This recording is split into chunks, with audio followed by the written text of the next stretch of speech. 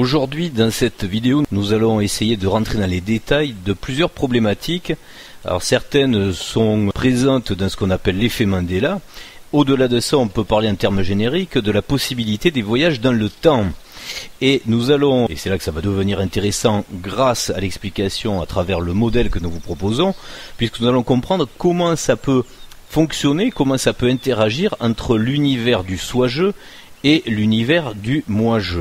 Donc c'est une tâche assez ardue qui nous attend. Est-ce que tu es bien concentré? Oui, moi je suis bien calé là, tout va bien. Ouais, parce que là ça va être dur. Hein. Ah bon, bah écoute. Surtout qu'on a affaire à un mur des certitudes en ce qui concerne, ou même plus qu'un mur des certitudes, c'est-à-dire que dès qu'on va rentrer dans les détails, que ce soit dans la perception psychologique ou dans le détail de ce qu'est la psychologie, de la physique, dans les esprits de chacun, il y a vraiment quelque chose de difficile à définir qui au final est presque dangereux. Cette problématique de comprendre quelle est l'importance de la faisabilité ou de la causalité des voyages dans le temps est vraiment déterminante. Elle peut être même dangereuse, on va le voir, psychiatriquement. Et là, pour une fois, nous allons donner presque la solution avant de développer la démonstration. C'est de dire que cette façon d'être interpellé dans son mur des certitudes et de savoir tous les paradoxes que ça va soulever, cette histoire de voyage dans le temps, et donc à travers ces voyages dans le temps même la problématique de l'effet Mandela, c'est que au final, ça va être quelque chose de très positif puisque c'est une façon d'éveiller le moi-je au soi-je. Est-ce que tu vois le rapport d'emblée ou est-ce que le fait de dérouler la démonstration sera très utile? D'emblée, c'est pas évident, non. Surtout quand on parle de certitude, il faut toujours un temps d'infusion, je dirais, pour ébranler les certitudes. Donc la grande question sera bien de se demander en quoi le moi-je pourrait être éveillé à cause de ces bugs dans la matrice qui sont identifiés à travers des actions incompréhensibles qu'on va attribuer quelquefois très rapidement par la causalité de voyage dans le temps. Alors que nous, en tous les cas, c'est notre position, chacun pense ce qu'il veut, c'est pas du tout, mais alors du tout notre avis, on va essayer de le prouver avec le modèle qu'on a déjà présenté par ailleurs. D'ailleurs, je le précise à chaque fois parce que c'est bon de le dire, si vous atterrissez sur cette vidéo et que vous n'ayez pas pris connaissance du résumé du modèle que nous avons exposé auparavant, de prendre connaissance de ce modèle pour savoir quelle est sa nature, comment il fonctionne, quel est son principe, pour pouvoir bien raccrocher avec la vidéo que nous allons ici aujourd'hui développer. Toute cette série qui se nomme Retour vers le soi-je fait bien appel à chaque fois donc à un raisonnement basique qu'il faut comprendre sur la mécanique que nous avons exposée sur les premiers numéros, premier épisode, deuxième épisode et le résumé qu'on fait rapidement sur une vidéo qu'on appelle le résumé et qui se trouve avant ces épisodes-là. Aujourd'hui, en épisode 3, on rentre donc dans ce voyage dans le temps très difficile à aborder. Pourquoi ? Parce qu'en général, c'est un paradoxe, même pour ceux qui y croient, ils ont quand même du mal à pouvoir le conceptualiser, mais le New Age, étant passé par là, et on va en parler aussi en détail, peut vous amener à penser que c'est possible, à croire que c'est réalisable. Or, on va voir que pas du tout, ça ne l'est pas, et en plus, ça n'a aucun lien de causalité.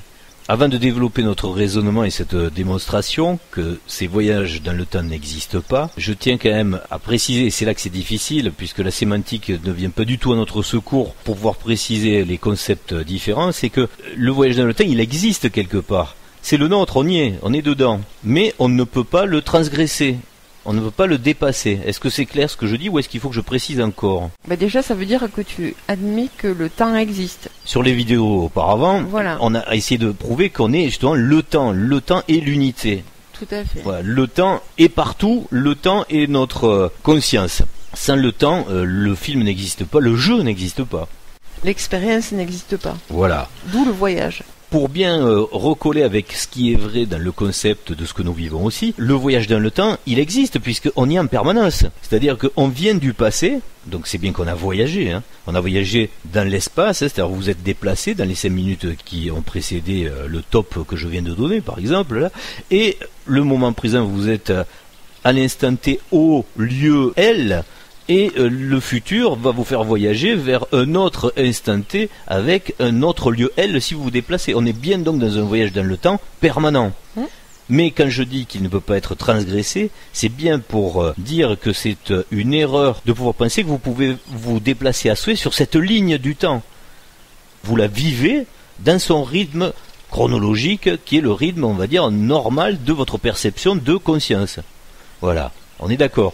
Et la matière s'organise en permanence sur cette ligne de temps en conscience de ce qu'elle doit être. Donc ça, c'est déjà plus compliqué à concevoir, mais on va essayer de bien le matérialiser dans les esprits, de bien le concevoir dans la forme aussi.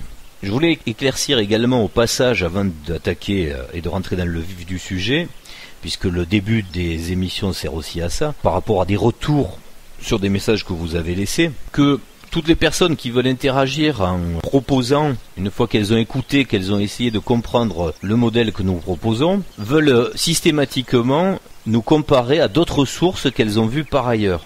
Alors ça, c'est vrai que c'est un bon réflexe quelque part, puisqu'on est toujours dans la comparaison, hein, c'est notre habitude, que ce soit en musique, hein, quand il y a une nouveauté qui sort, on dit ah ben ça ressemble à tel ou tel autre, etc.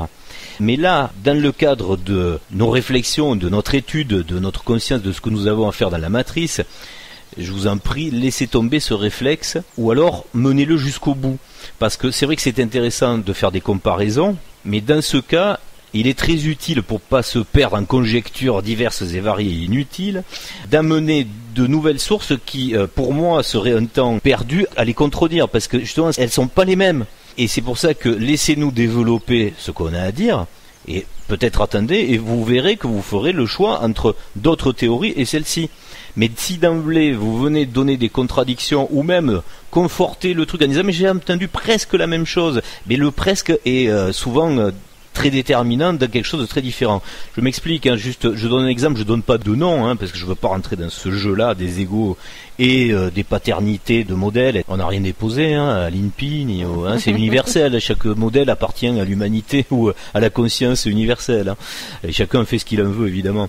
Mais je précise, et vous reconnaîtrez peut-être un peu ceux qui ont laissé des messages, si vous comparez à certains modèles qui ont une même prise de conscience à un moment identique sur l'aspect universel de l'absolu par rapport au relatif, mais qui vous entraîne à dire que cet absolu, vous ne l'atteindrez jamais, c'est un gros problème par rapport à notre modèle. Parce que le modèle dont on parle, donc je ne citerai pas le nom de certaines autres personnes qui font partie de notre courant de réflexion, vous disent que le but du moi-je, c'est de se perfectionner à l'infini pour arriver presque jamais, quelque part, même on le dit, même jamais, puisque c'est tendre vers l'infini, donc c'est le soi-je parfait.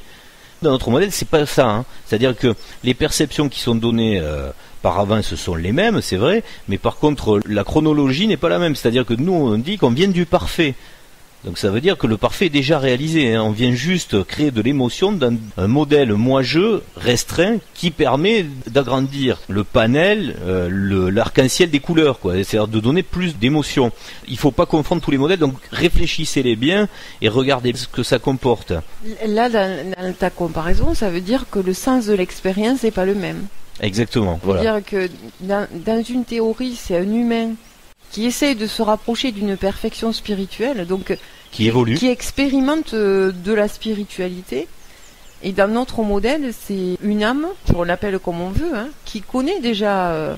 Nous on appelle soi-je. On va expliquer pourquoi d'ailleurs. Ce soi-je, il a une dimension de perfection qui vient expérimenter quelque chose qui est de l'ordre de l'humain. Avec le moi-je. Donc ça fait une grosse différence. Voilà, c'est-à-dire que la causalité n'est pas la même, et si on va même, là on va pas le développer, le but n'est pas le même, et surtout les effets, d'ailleurs, à comprendre ici même dans la matrice, sont absolument très différents. Comme le point de vue n'est pas le même, l'angle de vision n'est pas le même, forcément la conscience qu'on développe autour de ça n'est pas la même. Exactement. Donc ça c'est fondamental, parce qu'on n'arrive pas au même endroit. Mais ce qui est juste, quand même, c'est pour ça que je souligne aussi à chaque fois les points d'intérêt communs, et c'est pour ça que je n'irai jamais critiquer d'autres modèles, parce qu'ils servent aussi très bien. Tout le monde réfléchit. Voilà, tout le monde réfléchit, c'est que le modèle proposé parle d'une évolution. Mais effectivement, dans le jeu ici de cette physique relative, qui n'est pas dans l'absolu, on est bel et bien dans un jeu d'évolution du moi-je, oui, complètement. De l'avatar. Qui pour sortir en fait, et c'est là que nous on veut amener ce pourquoi de cette quintessence du jeu, c'est que le plaisir est dans la sortie du jeu à nouveau. Le soi-je et le moi-je, qui sont intriqués, ont eux la grande émotion donc à chaque fois de réussir cette épreuve. C'est une épreuve, hein, ne le prenez pas comme quelque chose d'éprouvant. Mais c'est éprouvant aussi de toute façon. Mais mais plutôt au niveau artistique. Hein, on rend une épreuve, c'est un dessin, quelque chose. Voilà, c'est un beau dessin, c'est de l'art ce qu'on fait aussi. Il faut bien s'en rendre compte.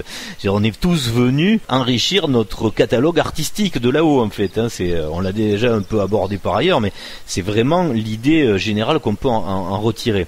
Alors après, bon, il y a aussi d'autres comparaisons. Là aussi, je vais pas citer le nom sur des milieux un peu avec le langage des oiseaux, avec des gens qui ont changé 100 fois d'avis. Et ça, c'est bien de changer d'avis. Mais le problème, c'est que soit à un moment, il y a une stabilité dans un modèle qui fonctionne, soit il y a une instabilité d'une personne qui est toujours en train de changer d'avis. Donc ça veut dire qu'elle n'a pas abouti non plus correctement dans un raisonnement. Donc à un moment, sachez-vous trancher entre ce qui vous paraît assez stable, intelligent et logique jusqu'au bout, ou quelque chose qui est un petit peu hasardeux, qui se cherche et qui au final a quelque chose à vous vendre. Ça aussi, je tiens à le dire au passage, on est plein de toute problématique par rapport à des retours, que ce soit en égo ou en argent, puisqu'on est non identifié. Et on n'est pas non plus rémunéré. On n'a rien à vendre. Il n'y a pas de souci. Il n'y a même pas de pub sur les vidéos, il n'y a rien. Parce que la connaissance n'est pas un bien matériel. Hein. Surtout celle-ci. C'est très important. Dans les temps où l'on vit, moi, ça me semble être fondamental d'être accroché à ça, quoi. Mais au passage, on peut comprendre tout à fait que plein de personnes veuillent se rémunérer aussi. Ça dépend sur quoi quand même. Voilà, ça dépend sur quoi. Bon, là aussi, il faudrait peut-être faire une vidéo complète pour bien préciser les axes, la logique. Mais ce qu'il y a de bien, c'est que ça permet à quelqu'un qui prend juste un peu de recul de ressentir si ça paraît ok ou pas ok. Mais par contre, dans ceux qui vivent de ça, là aussi on peut faire la distinction, il y a quand même une variable qui part entre l'honnêteté et la malhonnêteté. C'est pour ça permet le discernement. Intellectuel, hein, je précise. Non, mais ça permet le discernement. Voilà. Donc regardez bien tout ça. Je veux dire, on va pas faire une liste en disant lui il fait ci, lui il fait ça, etc. Vous devez le voir par vous-même. Un moment. Chacun doit trouver par soi. Bien sûr, il y a des choses qui résonnent, puis il y a des choses qui sonnent creux, quoi. Hein. Donc chacun doit. Et puis c'est pas un problème, même si vous allez dans quelque chose qui sonne creux. Chacun dans le jeu fait son évolution, c'est pas un souci. Je pense que ça répond à certains moments de la vie, à certaines étapes. On avait fait une vidéo là-dessus. L'essentiel, c'est de pas en faire des chapelles après. Voilà. Parce que avant tout, ce qu'on doit retrouver, c'est la liberté, quoi. La liberté de ce qu'on est, de ce qu'on ressent, de ce qu'on a envie. Si on l'écoutait, ça, c'est le vrai libre arbitre. Hein. Alors, pour finir avec ce chapitre-là, on m'a proposé aussi des modèles anglo-saxons qui s'appuient de la Kabbale, qu'on connaît pas mal quand même, et qui sont remaniés. Alors, c'est des Kabbales remaniées avec l'œuf primordial, on retrouve de la Kabbale hébraïque, égyptienne, c'est un mélange un petit peu tout. Alors là aussi, faites votre synthèse. C'est à quoi ça vous mène, quel est le projet de tout ça. Je voulais juste préciser que tout ce qui est anglo-saxon, moi, j'ai rien contre l'Angleterre ou contre l'Amérique, hein, mais sachez aussi détecter tout ça dans la matrice. Hein. Nous, on est d'une génération où on a connu, vous savez, avant l'an 2000, cette espèce d'égrégore où toutes les entreprises, souvent éphémères d'ailleurs, on le voit, qui voulaient se placer sur un piédestal et jouer justement de certains archétypes, rajoutaient toujours 2000. Électrique 2000, Roger 2000, Coiffure 2000, Coiffure 2000, voilà. Et là, vous remarquerez tout ce qui est publicitaire, tout ce qui est de la novlangue ou de la nov-expression s'appuie du lexique anglais. Ouais. Vous prenez des pages de publicité en ce moment à la télévision, la moitié ou les trois quarts, quasiment tout, oui. Il y a des mots anglais dedans. Non, mais quasiment tout. Hein. Donc pour être très 2000, en fait, maintenant, il faut être très anglais. Ouais. Donc est-ce que vous le comprenez ça? Vous regardez des émissions où on voit l'intérieur des gens, parce que nous, on n'a pas toujours l'occasion d'aller fouiller chez les gens, évidemment. Hein, on s'invite pas comme ça. Mais là, à travers des émissions qui, eux, rentrent chez les gens, que ce soit pour de la décoration, pour n'importe quoi, vous voyez partout, il y a des drapeaux américains et anglais. Comprenez tout ça. C'est-à-dire que ceux qui mettent des mots anglais dans la séduction des actions qu'ils veulent vous vendre, que ce soit à travers des livres, à travers des concepts, la chaîne, le nom de leur chaîne même, ou le nom du programme qu'ils mettent en place, c'est que il y a quelque chose qui n'est pas forcément bien cadré au final, parce que si on a une vraie culture de ce qui est certaines cultures hégémoniques, justement, le soft power, prendre pouvoir dans un pays culturellement au lieu des armes, parce que par les armes on n'y est pas arrivé, etc.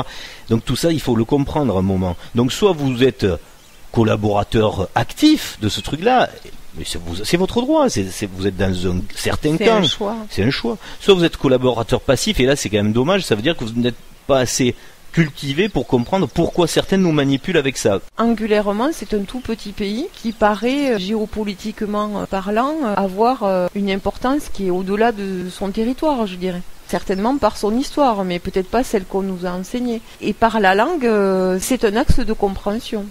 Voilà, là il faut couper court, hein. On n'est pas ultranationaliste, on n'est pas chauviniste, on n'est pas...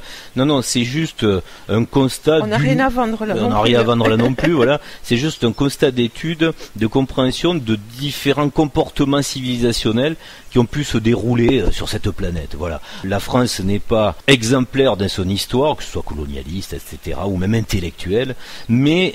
il y a un terreau de quelque chose qu'il faut sauvegarder parce qu'il y a une richesse dans la sémantique, il y a une richesse dans la langue qui fait qu'à un moment, ça fera partie aussi des points de divergence entre ceux qui vont partir dans le monde matérialiste et ceux qui veulent affirmer un monde spirituel différent. Ouais.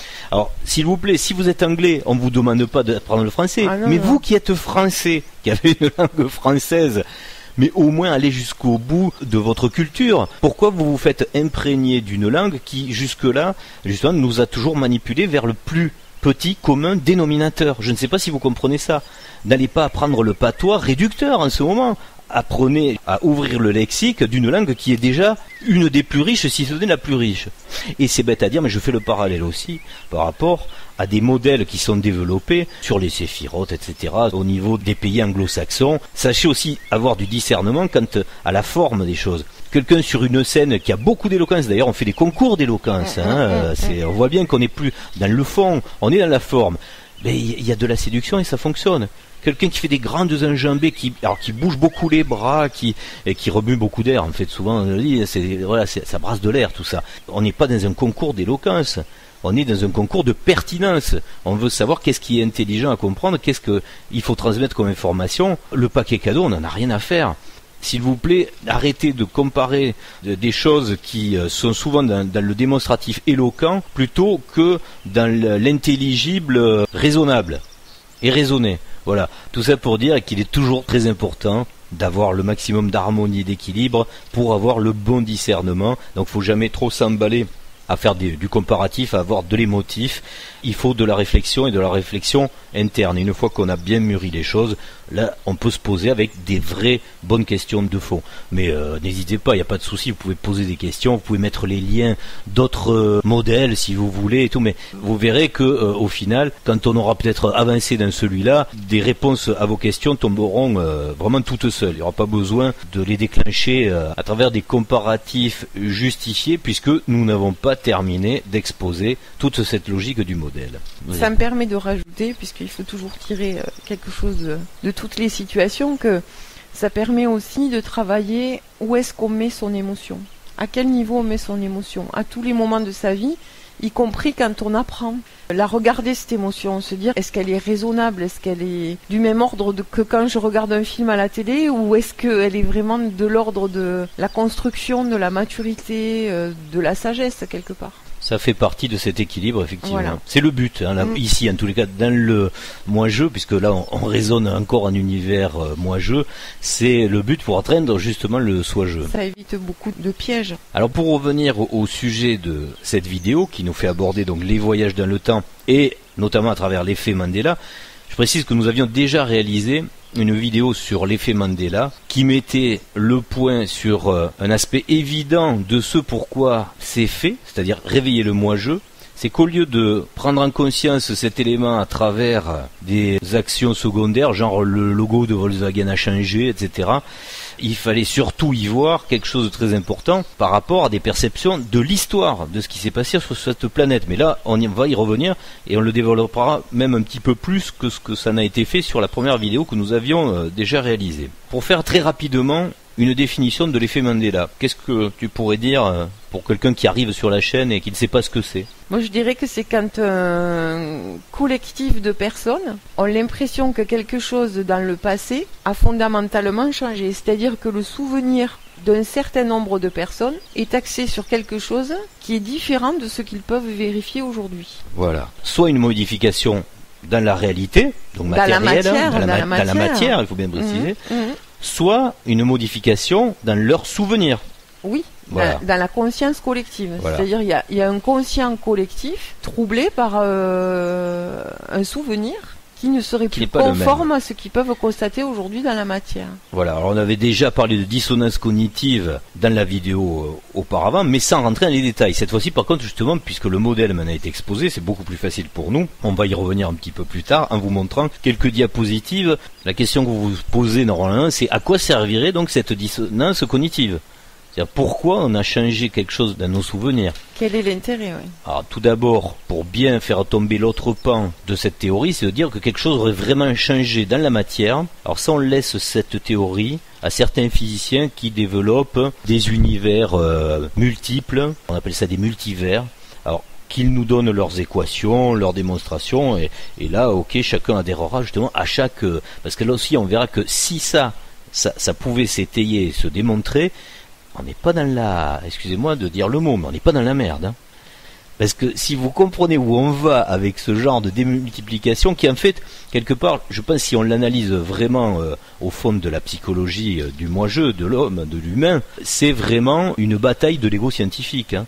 Quelques scientifiques ont déjà en réserve derrière, dans leur cortex cérébral, qui réfléchissent beaucoup, un univers à 16 dimensions. Hein.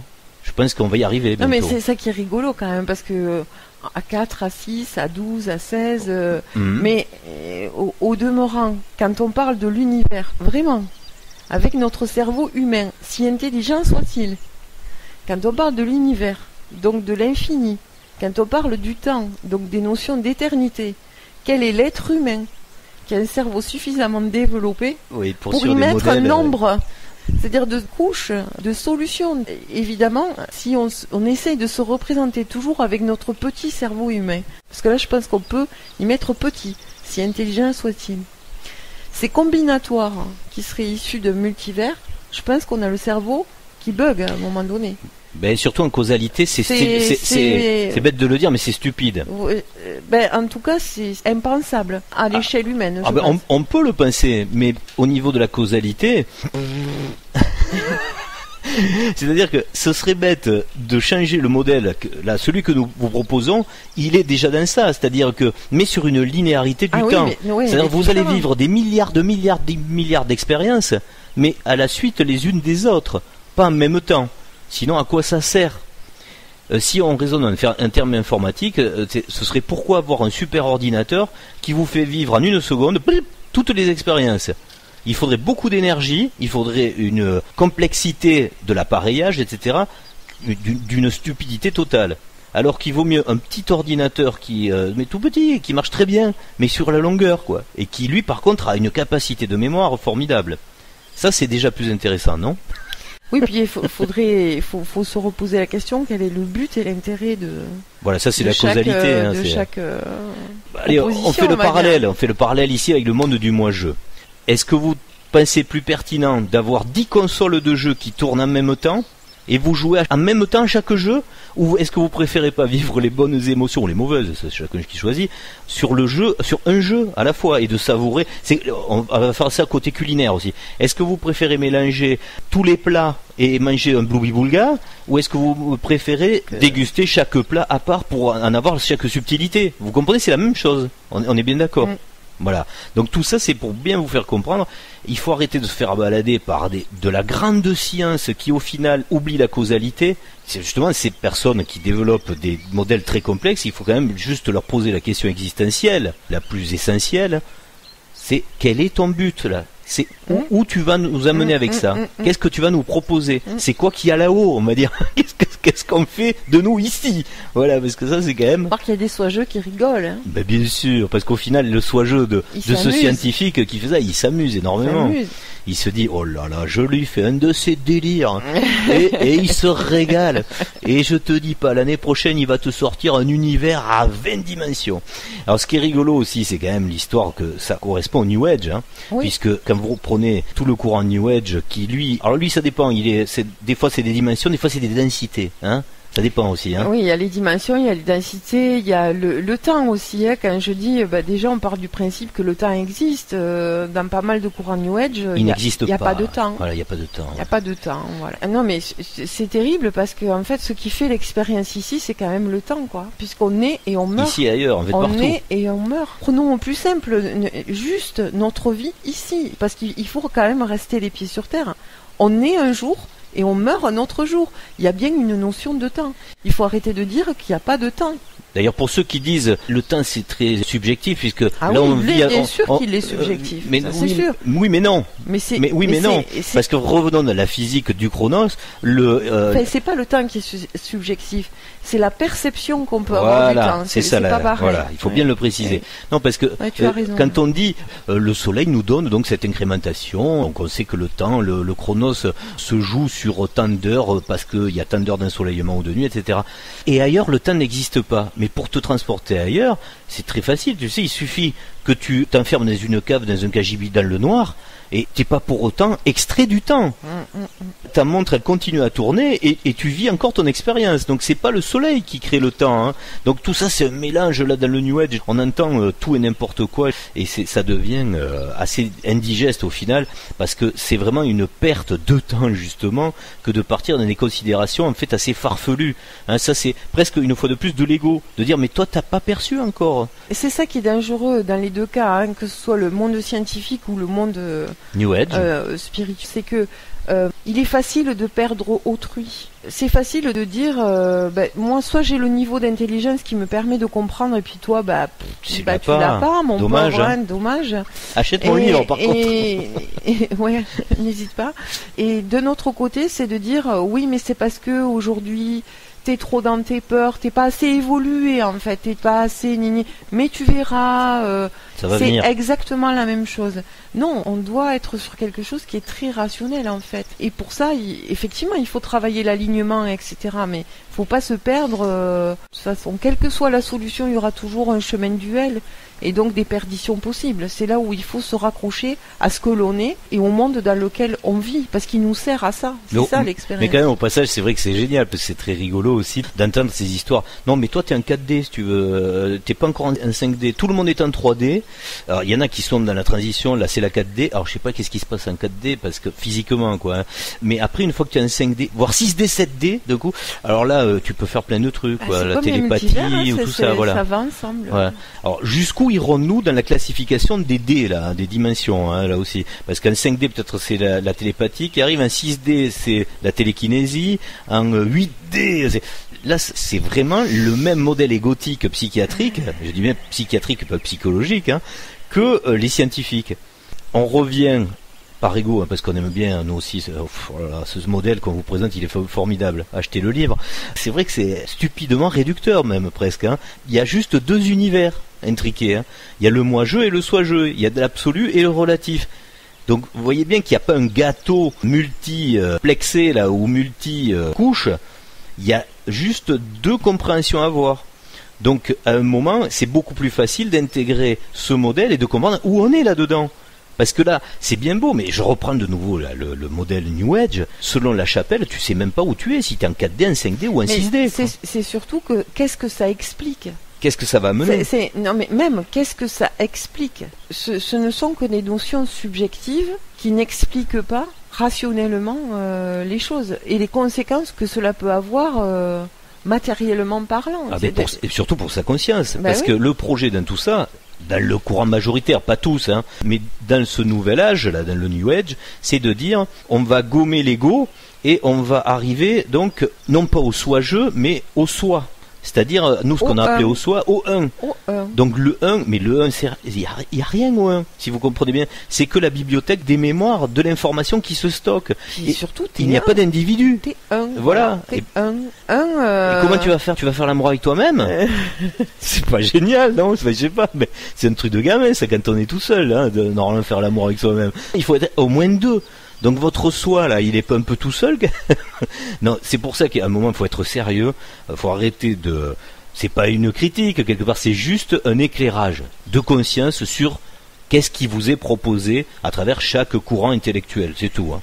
on peut décider, et c'est un délire aussi qui est pas mal, de se dire mais je veux devenir le dieu quoi, ou la création, le point zéro, la source, point zéro, voilà. Bien sûr. Ben, le soi-jeu d'ailleurs qui joue avec le moi-je qui pense ça, se fait un bon délire aussi d'ailleurs, faut bien le dire. C'est pas un souci. D'ailleurs il peut rectifier à tout moment, il y a rien de dramatique. Mais comprenez bien qu'il y a des pièges égotiques à tous les niveaux. Et souvent, ça se rattache à la supériorité à l'autre. Genre, je suis plus spirituel que toi. C'est pour ça qu'on avait bien insisté de dire, si vous voulez avancer, il faut que vous sachiez où vous voulez aller. Mais c'est l'utopie. Après, recherchez votre utopie, c'est toujours pareil. Matérialisez-vous dans le un, dans le soi, dans le Dieu, la source. Et qu'est-ce que vous faites pendant l'éternité? Qu'est-ce qui se passe? Voilà, on l'avait déjà abordé. Ça, c'est votre imaginaire. Quel est le futur là? Doit aller chercher votre futur. Voilà, exactement. Et en fait, c'est le soi-jeu qui vous le souffle, si vous le voulez. Quel futur on projette dans ce type de cible, en fait? Donc, l'effet de Mandela, à quoi il servirait dans tout ça? Pour nous, on démonte pour notre part tout l'aspect qui se raccrochera à une certaine physique des dimensions, du multivers. On enlève aussi tout ce qui est des voyages dans le temps, que ce soit donc à travers le spirit ou la matière, puisqu'il n'y a aucune bonne causalité à ça. Par contre, on va se replier, par rapport au modèle que nous vous avons présenté, au champ, cette fois-ci non pas matériel, mais au champ des consciences, donc au champ des mémoires. Et à travers les diapositives, on va rentrer dans le détail. Mais justement, je voulais dire, pour bien conforter ce qui a été dit au départ, c'est une façon d'éveiller le moi-je.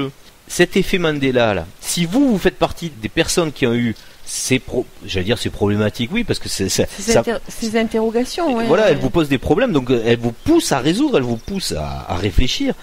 Donc c'est bien que le soi-je, à un moment, il vous met dans les pattes une situation tellement incongrue, tellement paradoxale, que vous allez devoir vous pencher sur les vraies questions que nous sommes venus nous poser au moment de la résolution, qui est maintenant la fin des temps. Oui. C'est-à-dire que maintenant, c'est urgent de se poser ces questions-là. Est-ce que c'est possible de voyager dans le temps? Donc comment je le ferai, etc. Et là, vous allez, grâce à cet effet Mandela, rejoindre des sphères intellectuelles qui auparavant n'étaient jamais abordées. On est bien d'accord. Quel serait le bien fondé de cet effet Mandela? On va le voir plus tard sur les diapos. C'est de vous faire évoluer en tant que moi-je vers quelque chose qui touche en plus 2 points essentiels, c'est-à-dire faire tomber le mur des croyances, qui est quelque chose d'énorme, c'est-à-dire je crois que ça c'est possible, ça je crois que c'est pas possible, etc. Ça fait tomber ce mur. Les limites. Ces limites, voilà. Les limites. Ça fait péter le relatif. On va vers l'absolu, une fois de plus. Ça, c'est le soi-je, là, il vous tire, il vous dit oh, pense plus loin, pense plus fort, il y a autre chose que ton petit monde étriqué. Et deuxième point, et qui n'est pas négligeable, c'est qu'il doit aussi vous permettre de reconnecter des mémoires de faits qui se sont produits dans l'histoire de la matrice, ici, de cette Terre, et de voir qu'il y avait des trucs, c'était un peu faux, que c'était un peu bidouillé, quoi. Et là, ça vous permet d'avancer aussi dans le fait de faire tomber le mur des certitudes, comme quoi, mettons, la hiérarchie, tout ce qui nous gouverne est là pour notre bien. Par exemple, voilà. Il y a beaucoup d'éléments très positifs dans cette histoire de cet effet Mandela. Donc à chacun de les prendre, bien sûr, en réflexion, chacun pour soi, puisqu'on n'a pas tous les mêmes effets de Mandela. Voilà. Nous, particulièrement, on peut donner notre expérience là-dessus. Nous n'avons aucun effet Mandela de tous les exemples de la longue liste qui est citée sur Internet. On avait quand même Kennedy. Ouais. Qui est explicable, parce que là on va y revenir dessus. Ouais. C'est explicable, là c'est pas du tout un effet Mandela. Là c'est quelque chose de très explicable en politique, hein. C'est un secret d'État qui à un moment passe dans le domaine public. Voilà, passe dans le domaine public. Alors que tout le monde attendait des révélations, que Trump sorte des choses. Mais non, mais c'est déjà sorti ce qui avait à sortir, c'était une vidéo prise sous un autre angle. C'était même pas, c'était la vidéo complète. Oui, voilà. Puisque l'autre, elle a été caviardée. On va le voir d'ailleurs un petit peu plus tard. Mais décidément, cette vidéo va être très longue. Mais bon, c'est pas grave, hein. Tout le contenu qui est à l'intérieur doit être donné à ce moment-là. Donc on le fait, c'est comme ça. Cet effet Mandela, il est vraiment donc créé pour faire cette confusion. On verra d'ailleurs qui le crée, le soi-je, et pourquoi. Hein. C'est vraiment important de comprendre à un moment pourquoi d'ailleurs il y a de plus en plus de phénomènes bizarres comme ça, et qui sont faits pour comprendre la métaphysique, et non seulement à titre personnel, mais aussi à titre collectif. On est la saison des crop circles, là ça repart. Hein. Oui. Bon, il y en a moins que l'année dernière. Moi, je serais franchement, j'arrêterai parce que, je veux dire, l'année dernière c'était le record. Qu'est-ce qu'on en a fait? Est-ce que le monde s'en est emparé? Il y aurait eu tout à comprendre avec ça, mais personne. Enfin, je veux dire personne. Si, il y a quand même 0,01% de la planète a compris quelque chose là-dessus. Oui, mais bon, là, ça a tardé à démarrer, mais là, il y en a un tous les jours. Alors dans l'épreuve métaphysique, on y revient, il y a donc les pyramides, parce que si vous comprenez bien ce qui s'est passé là, il y a de la métaphysique, les ovnis, Fatima, les apparitions de Fatima, ces crop circles, c'est quand même extraordinaire. Une preuve vraiment physique de quelque chose que vous ne pouvez pas réaliser ici dans la physique du relatif. C'est bien pour ça qu'il n'y a aucun scientifique qui va voir un crop circle. Ah ouais, ça doit fumer dans la tête du. Ouais. Non, mais évidemment qu'ils y vont pas. Oui, mais là c'est de la 16D, je pense. Ouais, c'est ça. Il faut être en 16D là, pour comprendre les crop circles. Mais ça va venir, justement, il faut espérer. Bon, la saison des crop circles a repris et ça continue. Hein. Donc ça veut dire que les pépés avec les planches en bois sont de nouveau à l'œuvre. Ils sont de sortie, les mecs. Hein. C'est bon. Donc ça, c'est des preuves. Est-ce qu'à un moment, il faut le comprendre ? Oui, et il faut surtout l'intégrer dans sa conscience. Il existe bien, on a la preuve, un monde métaphysique qui à tout moment fait ce qu'il veut dans la matière et qui, pour pas trop nous faire peur, le fait sporadiquement, on va dire homéopathiquement, pour pas que d'un coup vous soyez là, qu'est-ce qui se passe ? Et joliment. Et en plus voilà, en plus joliment, ce qui ne gâche rien au plaisir. Donc tout ça, ça sert bien un projet, faire prendre conscience de la métaphysique dans notre monde relatif physique. Après, qu'est-ce qu'on en fait ? C'est ça quand même la question, et c'est important de le développer. Mais d'abord, on va collecter l'information, et on a fait quelque chose normalement justement de collectif. Donc les crop circles, si vous n'êtes pas intéressé, ou si des gens autour de vous ne connaissent pas, faites un peu le sondage pour voir. Et regardez un petit peu ce que les gens peuvent en penser. Et vous verrez, ça vous aidera à savoir où vous en êtes, vous aussi, par rapport à la perception de l'égrégore commun, on va dire. À quoi l'humanité pense en ce moment ? Bon, à part le foot et tout ça, évidemment, ça c'est sûr qu'il y a beaucoup de monde qui pense à taper dans une bouboule plutôt que de comprendre sur quelle bouboule on est. Mais après, dans ceux qui réfléchissent un peu plus, qu'est-ce qu'ils pensent de ces phénomènes ? Et ça vous oblige aussi peut-être, en échangeant des avis, à avancer dans la compréhension de ce pourquoi il y aurait une communication qui s'installe. Parce que ça, c'est quand même une communication, qu'on le veuille ou non. C'est ce que j'allais te dire, c'est qu'est-ce qu'ils en pensent. Il y a bien sûr ceux qui vont dire que c'est pas du tout un phénomène non lié au pépé avec sa planche. Hein. Mais parmi ceux qui auraient une sensibilité à pouvoir dire que c'est forcément au vu de certains éléments matériels, c'est forcément issu d'une technologie, donc potentiellement de personnes qui ne sont pas comme nous, pourquoi ces messages récurrents ? Est-ce qu'il s'agit de faire des beaux dessins à chaque année dans les champs de blé et dans les foins ? Et même pourquoi ces gens-là qui pensent que ça peut être extraterrestre, puisque c'est pas de notre terre, en sont restés là potentiellement ? Oui, ça existe. Ils ne sont pas allés au-delà de dire si ça existe, qu'est-ce que ça nous apprend ? Ça dure depuis des dizaines et des dizaines d'années, c'est récurrent. Au-delà de ça, ça nous fait nous poser la question de qu'est-ce qui m'intéresse moi dans ma vie ? Où est-ce que je porte mon intérêt ? Bien sûr, je veux démonter aussi le truc qui rapidement peut venir à l'esprit, très logique et c'est normal et rationnel de dire pourquoi ils écrivent pas un message télégraphié ? Nous être ici, nous arriver, en gros à travers le modèle qu'on expose, qu'est-ce qu'on fait dans le jeu ? Ils vont pas abréger la beauté du jeu en enlevant d'un coup la mystification, puisqu'on est dans la résolution de la mystification. Ce serait nier aussi le travail qu'on a à faire sur nos propres limites. Exactement, tout à fait. C'est clair. Hein. Donc c'est fait pour ça, donc ne vous attendez pas. Quoique, des fois ils sont allés loin quand même. Hein. Dans les messages, il y a eu des trucs, bon on n'est pas là pour ça, mais regardez bien, il y a eu des messages avec tête de petit gris et même un CD-ROM encodé qui racontait quand même un message. Hein. D'ailleurs qu'il fallait faire attention à certaines entités, etc. Donc ça joue beaucoup de l'autre côté, mais ça peut pas non plus transgresser les règles du jeu puisqu'on est là pour se régaler avec ça. Donc vous le comprenez, c'est finement dosé, quoi. Alors, ce qui est rigolo, c'est que par rapport au chemtrail, on a le même pendant, mais en réponse terrestre, dans la matière bien dégueulasse. Chez nous, par exemple, les chemtrails. Donc là aussi, on a ça sous le nez, parce que ça, c'est encore plus gros que les crop circles, ça, parce que le crop circle, c'est la présence métaphysique. Mais la présence physique, c'est donné à tout le monde. Il n'y a pas besoin d'habiter près d'un champ avec des agroglyphes pour s'en rendre compte. Là, c'est dans le monde entier que ça se manifeste, que ça se voit. Alors, quelle que soit la raison, vous aurez compris, pour nous, c'est pas pour tuer les gens, hein, parce que sinon, ça fait longtemps que tout le monde serait mort. Mais par contre, la raison pour laquelle ceux qui se sont unis pour le faire pensent le faire n'est peut-être pas la bonne. Mais là, on va pas rentrer dans le détail. Vous aussi, vous comprendrez peut-être la subtilité de ce qu'il y aurait à trouver derrière tout ça. Mais ceux qui font actuellement ça se font peut-être mener en bateau pour la raison avec laquelle ils le font, ou pour laquelle on leur a dit de le faire. du coup, nous, du côté de la compréhension du soi-je et du moi-je, à quoi ça sert? Et là, on en est sûr. Normalement, c'est fait pour réveiller les gens. En tout cas, c'est visible. Voilà, c'est visible par tout le monde. Tout le monde peut le voir. Hein. Si ça a bien un but dans le scénario de la matrice, c'était d'en discuter, de dire mais je crois qu'on est en train quand même de voir un truc qui avant n'existait pas là dans le ciel. Et d'autres diraient ah non, ça a toujours été tout. Non mais même si ça y a toujours été, tu trouves ça normal que quand il y a tant d'avions qui sont passés, pile poil à l'endroit où ils sont passés, ça fasse des traits et c'est couvert. Non mais, donc que tu crois que ce soit des pulvérisations ou pas, ça fabrique des nuages. Voilà, pose-toi la question, mais quand même, ça a un impact. Donc cet impact, il faut le calculer. Pourquoi il est fait, et puis qu'est-ce que ça va engendrer? C'est pas naturel. Donc à un moment, on doit se poser des questions.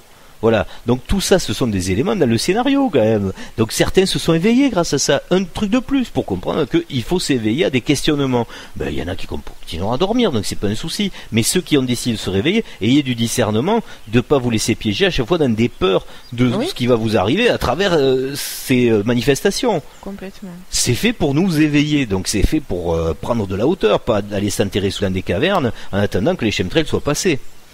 Ces réflexions, elles servent à quoi aussi? Parce qu'on pourrait dire, mais et alors, et qu'est-ce que j'en fais dans mon quotidien de moi-je, là, pour rejoindre le soi-je? Qu'est-ce qu'il faut faire?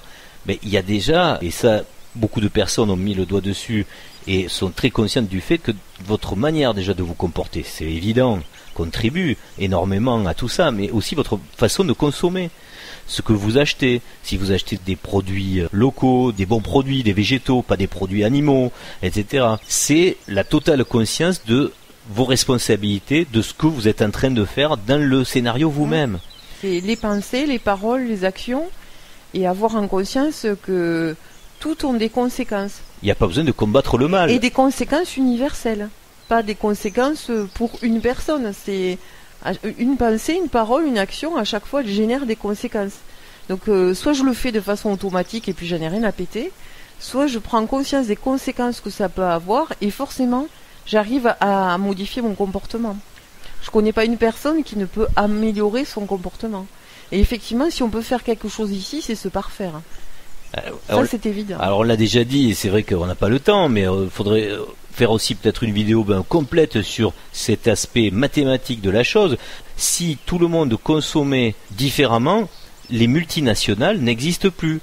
Vous avez compris qui est-ce qui tient la bourse, qui est-ce qui tient l'argent, qui est-ce qui tient la politique, qui est-ce qui tient votre vie, en fait, qui est-ce qui tient les chaînes de votre esclavage, c'est la multinationale. Si les personnes n'étaient pas sensibles aux publicités telles qu'elles soient, il n'y aurait plus de prospectus dans les boîtes, il n'y aurait plus de pub à la télé. Il n'y a qu'un truc qui resterait au final, les marques de voitures, parce que là on peut pas faire autrement, il n'existe pas de marque de voiture artisanale.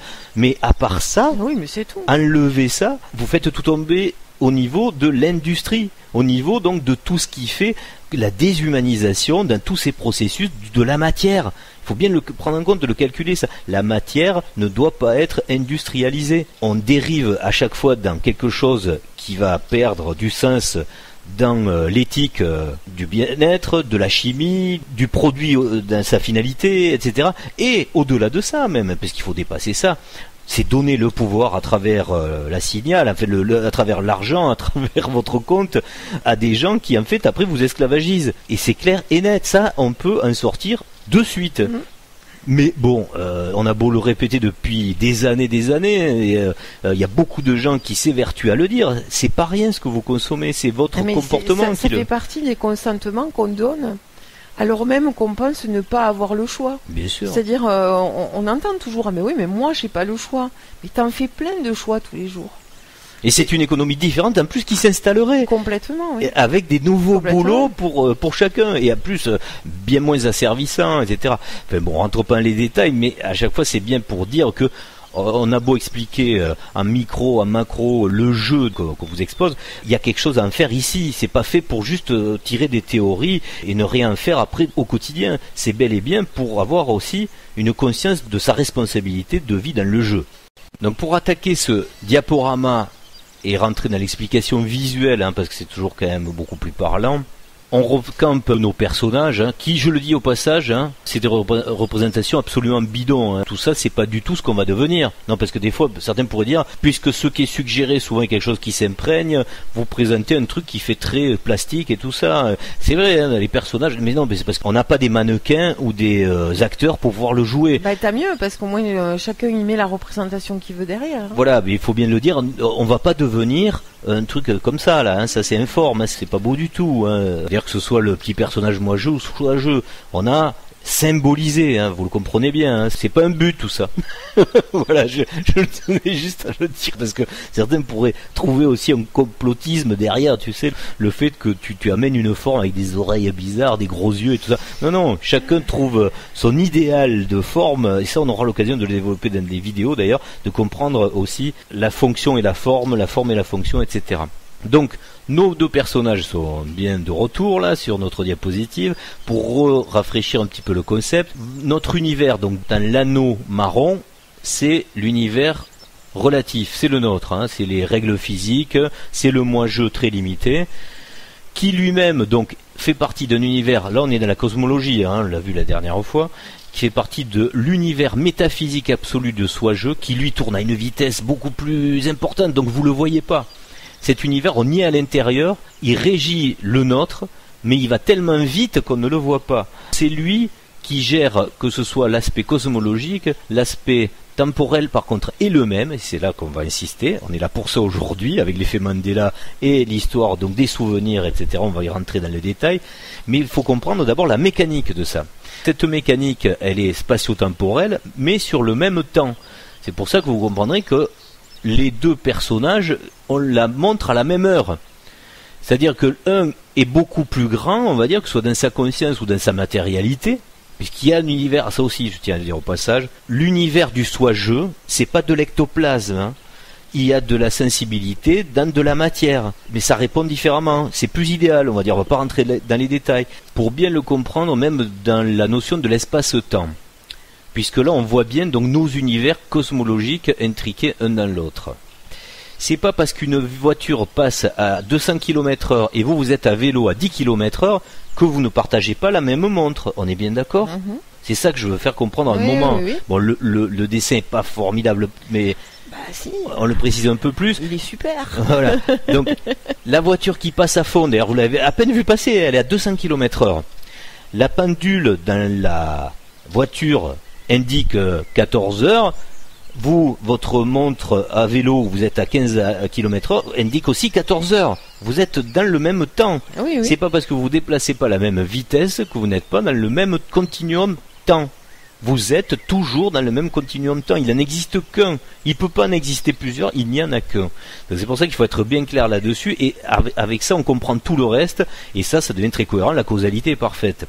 Donc ces deux petits bonhommes-là qui vivent pas du tout dans le même univers, vivent le même moment. Le même temps, c'est le même moment. On est d'accord ? On est d'accord. Ensuite, on va même le transférer, pour que ce soit encore plus clair, au niveau de la sphère où ils vivent. C'est-à-dire leur champ de conscience à chacun. Vous savez que vous êtes sur la planète Terre en ce moment-là, vous le savez. Soit lui, il n'est pas sur cette planète, il est sur la sienne. Donc qui tourne ailleurs et beaucoup plus vite. Mais vous êtes intriqué, on l'a déjà vu par ailleurs, donc par la conscience et par le champ informatif qui est non seulement un champ de conscience, mais un champ informatif de mémoire. Il y a de la mémoire là-dedans. Donc c'est quand même important de comprendre que cet anneau de conscience que chacun possède, d'ailleurs on le voit bien matérialisé, l'anneau du moi-je, c'est le petit anneau qui comporte toutes les informations emmagasinées, donc toutes les mémoires de moi-je. D'ailleurs je précise au passage aussi que ce qui est intéressant de noter, c'est que soi-je, lui, qui lui est omniscient, omnipotent, connaît absolument toutes les mémoires dans le détail de l'anneau bleu du moi-je. Parce que lui est très performant en tête de lecture, lui, il est encore parfait, lui. Par contre, moi-je, lui, alors il y a des trucs qu'il oublie, il y a des trucs... Il y a des trous. Il y a des trous. D'ailleurs, souvent, et on va le voir, c'est soi-je qui l'aide à ça. C'est son subconscient, son inconscient. Exactement. Il dit, merde, alors j'ai oublié ça. Mais parce que soi-je, il s'est dit, ça vaut mieux que tu oublies, mon coco, parce que si tu te traînes ça encore pendant tout le reste de ta vie d'avatar, ça va t'handicaper. Donc je préfère que tu le mettes sous le tapis, quoi. Donc, vous comprenez que ces champs informatifs, on peut se dire aussi que la qualité de perception de l'information entre les deux n'est pas la même. Absolument. D'où le degré de conscience. Le moi-je, il va avoir tendance à percevoir d'abord pas tout, puis des fois il va le percevoir comme ça l'arrange, ou ne pas le percevoir parce que ça le dérange. C'est la règle du jeu, c'est l'ego de survie qui le fait, ça. Voilà, mais pour autant, le soi-je, il imprime tout. Alors non seulement tout est, comme tu dis, imprimé, moi je dirais sauvegardé, mais c'est des mémoires de sauvegarde en fait. Donc lui il peut les, on va le voir plus tard, sinon je avance un peu trop. On va finir sur le temps, là, parce que ça c'est important. Allez, c'est important. Donc vous comprenez bien que les deux ont une vie, mais matérialisée, hein, j'insiste bien une fois de plus. D'ailleurs ça aussi, allez, ça c'est important, et ça je le dis pas souvent, mais ouvrez bien vos oreilles, parce que ça il faut le retenir une bonne fois pour toutes, peut-être on le redira. J'ai pris soin de noter la définition, et là on revient à tout ce qui est termes scientifiques ou termes New Age, de comprendre, mais pour chez nous, hein, vous qui côtoyez cette chaîne, une bonne fois pour toutes, qu'on comprenne le sens des mots, la définition de chaque terme. Alors le soi, qu'est-ce que c'est? On va commencer donc par la définition du soi, parce qu'on entend partout, mais c'est le soi. Donc le soi, si vous calculez bien, par rapport au modèle que nous vous proposons, qui est celui de la compréhension de toutes ces strates, en fait, le soi, c'est juste un terme générique. C'est la conscience du concept de soi dans le tout, mais pas individualisé. Soi n'est pas un individu. On va le comprendre un petit peu plus tard, d'ailleurs, à travers les croquis, à travers les diapos qu'on va vous proposer. Vous comprendrez mieux, en fait, ce qu'est le soi. Mais le soi ne se vit pas. C'est bien ce qu'on disait au début de cette émission, par rapport au concept New Age, qui va vous amener vers le soi. Mais le soi n'est rien. Le soi est informe. Le soi n'a pas de conscience propre. C'est un collectif de conscience. C'est le tout. Donc que ce soit clair, le soi est un terme générique. C'est la conscience du concept de soi. Alors après, on a autre subtilité. Il y a le soi-même. Mais ça arrange pas grand-chose, puisque c'est le même que soi. Donc on s'en fout. Ou même en termes de conscience d'un moi-je, ça veut dire qu'il n'est toujours pas identifié à moi-je. C'est le soi même, donc c'est le même que soi. Donc pour vous, ça veut dire que moi-je est pareil que soi-je. Mais non, soi-je est largement bien supérieur. Donc ça veut dire qu'il n'y a pas la conscience des deux parties du soi-je et du moi-je. Ce serait bête d'être dédoublé à l'identique. Voilà, être un soi-même ne servirait à rien. Par contre, si vous le raisonnez en termes de soi-je, oui, effectivement, le soi-même, c'est le moi-je. Mais très diminué. Mais il sert aux émotions du soi-je, comme on l'a déjà expliqué. Puisqu'on parle de supériorité, il y a un truc aussi à faire tomber, j'allais dire, c'est pas à faire tomber, mais à bien préciser, on entend souvent aussi le soi supérieur. C'est aussi très dangereux, ça, dans notre conscience de moi-je. Le soi est encore considéré comme un autre et au-dessus. Oui. Donc non, vous ne fusionnez pas là, vous êtes dans la distinction et vous êtes toujours dans le rapport aussi de la subordination. Donc elle y est, il ne faut pas se le cacher, on le sait bien. Mais le fait d'employer le mot dans la sémantique, le soi supérieur, vous dédouane du parcours qu'il y a à faire pour dire que vous êtes en ce moment en train de le faire, cette fusion. Mais je mets, si tu veux... Nous on l'interprète comme ça parce qu'on est au niveau moi-je. Donc on a l'impression que le soi-je a une forme de supériorité. Et il en a une. Oui, mais c'est pour ça que je fais la définition précise de ces termes en sémantique, là aussi précise, pour comprendre qu'est-ce que ça donne en conscience, en psychologie. Mm-hmm. Voilà. Et là, c'est pour ça que je finis avec ce qui n'existait pas jusque-là, c'est le soi-je. C'est pour ça qu'on a choisi ce mot, parce qu'il est important. Moi-je, ça existe dans le langage. On est d'accord, hein? Oui, oui. Tu vois, c'est l'ego. C'est moi-je, voilà. D'ailleurs, c'est bien déterminé hein, quand on le dit. C'est moi-je. C'est très péjoratif comme un truc. Et bien justement, il serait temps de passer au soi-je. Et soi-je, qu'est-ce que c'est en définition sémantique? C'est bien la définition exacte du moi-je qui assimile le soi et qui devient de ce fait le soi-je. Et vous comprenez que dans la sémantique, le je est l'ego d'identification. Donc s'il n'y a pas le je, ça veut dire que vous ne le vivez pas. D'où moi je et soi je, c'est le fait de bien vivre le moi ou le soi. Donc on est bien obligé à un moment d'amener ce mot du soi je. Vous n'êtes ni le soi, vous n'êtes ni le soi-même, ni le soi supérieur, vous êtes le soi-je, quand vous êtes dans cette considération de la fusion entre votre moi-je et votre soi-je. C'est pour ça que tant qu'on n'utilisera pas dans la sémantique, je ne sais pas pourquoi on ne l'a pas déjà fait d'ores et déjà depuis longtemps, puisque le moi-je existe, pourquoi on n'a jamais sorti ce soi-je? Il serait temps de sortir l'atout là dans le jeu de cartes, parce que tant qu'on jouera avec des mots qui sont dans l'imprécision, on restera dans une idée absolument floue. Et c'est pour ça d'ailleurs que souvent on a du mal à s'exprimer en précisant quel est cet esprit supérieur. D'ailleurs certains l'appellent comme ça, hein, l'esprit supérieur, l'ange aussi, le guide, le maître aussi, les maîtres ascensionnés. Il y a plein de mots comme ça.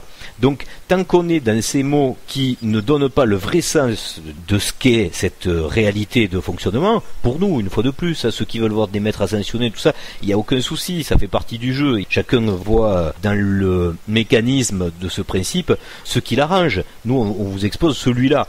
Alors, c'est pour ça que même si vous tapez sur Google « soi-je », il n'y a rien de référencé.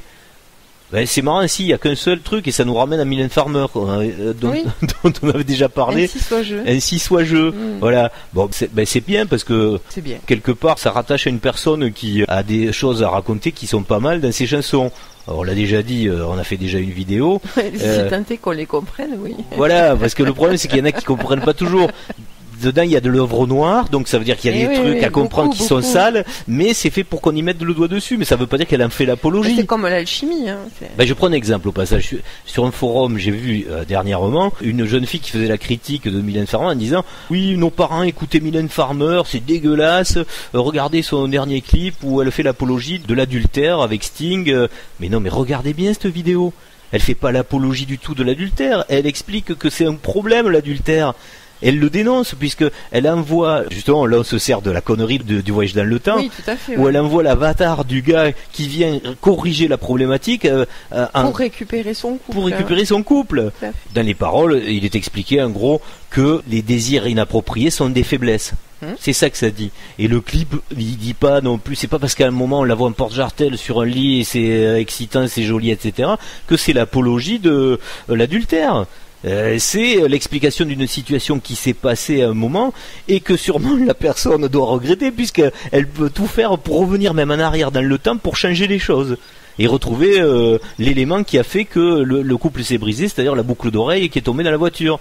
Voilà. Vous voyez que c'est toujours très délicat quand on parle avec du second, du troisième, du quatrième degré, hein, 5D, 6D, etc. Parce que les interprétations, souvent, elles sont en 2D.